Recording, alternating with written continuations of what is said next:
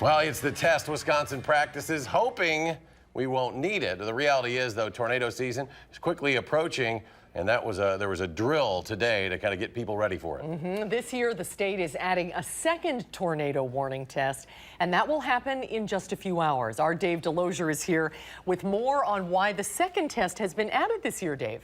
And you know, we often think of the tornado warning systems as an opportunity to make sure that the systems are functioning the way they're supposed to, and that certainly is part of it. But when the tornado sirens sound tonight at 6:55, it's going to have less to do with testing the system and more to do with testing you.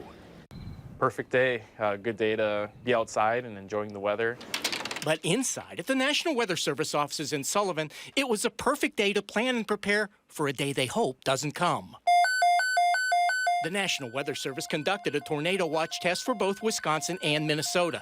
The reality is, even on a perfect day like this, the storms will eventually come. So in Wisconsin, we averaged 23 tornadoes. Last year was a below normal year. We had 17 tornadoes. 6 of those were EF1s and the other 11 were zeros. So it was a very quiet year, thankfully.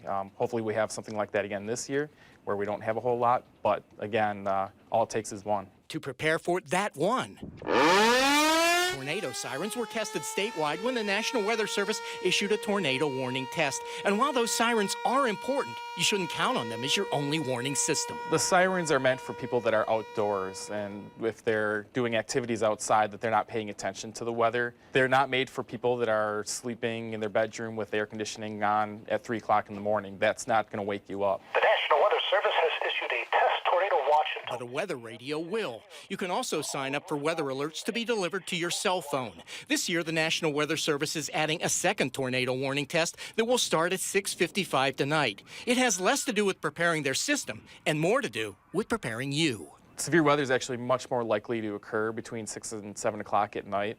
So this is going to give people, when they're at home, when the severe weather is much more likely to occur, a chance to practice their plans for where do they go when a tornado could occur. Now, that's important because if a tornado warning is issued for your community, you may have only seconds or minutes to get yourself and your family to safety. And everybody's talking about El Nino, so that's maybe increasing it.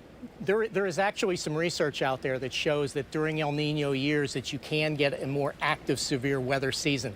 The wild card in all of that is predicting where that weather pattern will go, but it is more active in this type of a year. Yeah, I see Bob and Gary and Karin and Hattie, everybody, they're going to be a little busier this year, perhaps. All right.